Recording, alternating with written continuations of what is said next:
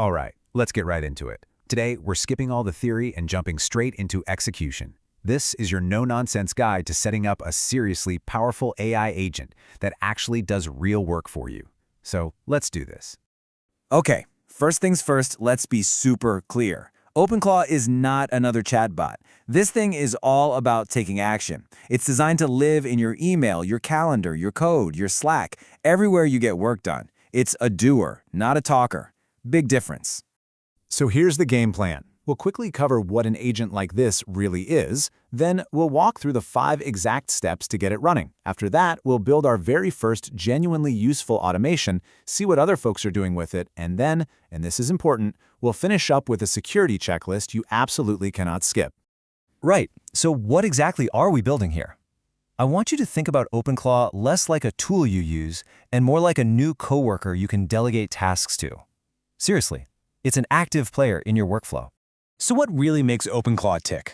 Well, for starters, it's open source and you host it yourself. That means your data stays your data, period. And the real magic? It plugs right into the tools you're already using every day. You don't have to go to some separate app, you just talk to it and it gets to work right where you are. Okay, enough talk, let's get our hands dirty. This section is all about action. We're going to walk through the 5 steps to get your own agent up and running right now. Okay, so these are the 5 steps right here. First, you run a simple one-line install script from their site. Easy. Second, you launch the onboarding wizard. And that little command is clever. It also sets OpenClaw up as a background service so it's just always there, ready to go. Third, you hook it up to an AI model like Anthropic's Claude. Then you need a way to talk to it from anywhere. So you're going to hop on Telegram, message a thing called the @botfather. Sounds dramatic, I know. But it's just the official way to create your own bot and get an access key. And finally, you run one last command to approve the connection. And boom, that's it. You're in.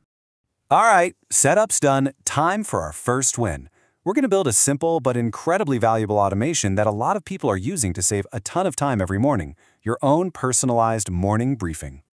You know, the whole process is just a conversation. It all starts with that Telegram channel we just set up. That's the foundation for literally everything else we're going to do. Next up, we need to give our agent some new capabilities. See, OpenClaw has this system of skills, and you just tell it what you want it to learn. So for our briefing, we need the weather, right? You just say, install the weather skill. Simple as that.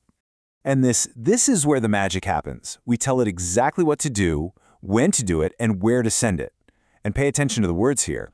You're not writing a single line of code, you're just describing what you want. This tells OpenClaw to set up what's called a cron job. Don't worry about the term, it's just a fancy name for an automated scheduled task.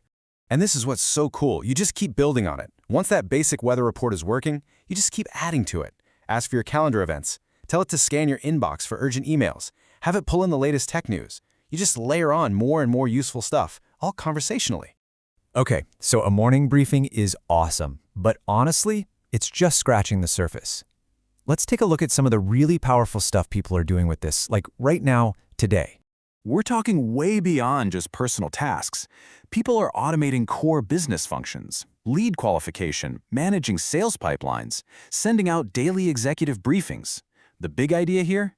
Your business basically runs 24/7 because your agent never sleeps. Now for developers, this is an absolute game changer. By teaching their agent the right skills, they can build, test, and even deploy new features for their apps entirely from their phone just by having a conversation in Telegram. Think about that. And it doesn't stop in the digital world either. It extends right into your physical space. People are connecting it to their smart homes to control lights, change the thermostat, and you can even get your coffee maker going in the morning with a simple text. Okay, this one's really clever. Automating the entire weekly grocery run. Basically, you give it a meal plan, and it just goes to work. It'll use browser automation to go to a site like Instacart, add everything to the cart, find a delivery slot, and confirm the order. The whole shebang. Totally hands-free. This quote right here really brings it home. This isn't some far-off future stuff. This is somebody's actual workflow today. Building and shipping code from their car just by talking to an AI. That is a massive shift in how we can get work done. Okay, listen up. Because before we finish, we have to talk about probably the most important part of this whole thing. An agent with this much power and access needs to be locked down tight.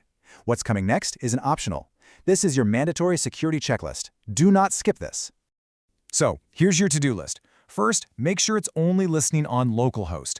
That means it's not just sitting out there on the public internet for anyone to find. Second, if you want remote access, use a secure tunnel like Cloudflare or Tailscale. Never, ever expose it directly.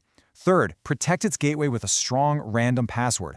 Fourth, lock down your credentials file. That .n file, make sure only you can read it, nobody else. And finally, set up a weekly job to check for security updates. I'm serious, don't skip a single one of these steps. And if you're wondering why that checklist is so critical, look at this number.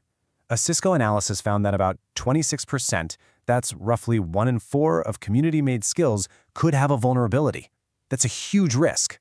So the rule is dead simple. If you haven't checked the code yourself or you don't trust the source completely, just don't install the skill. So as you can see, this is all about putting AI to work on real, practical things. This isn't science fiction anymore. The tools are here, right now. And the source material really nails the final takeaway with this question. The question isn't if an agent can improve your life, it's which part of your life you'll automate first. So what's it going to be? What's that first annoying, repetitive task you're going to hand over to your new AI coworker?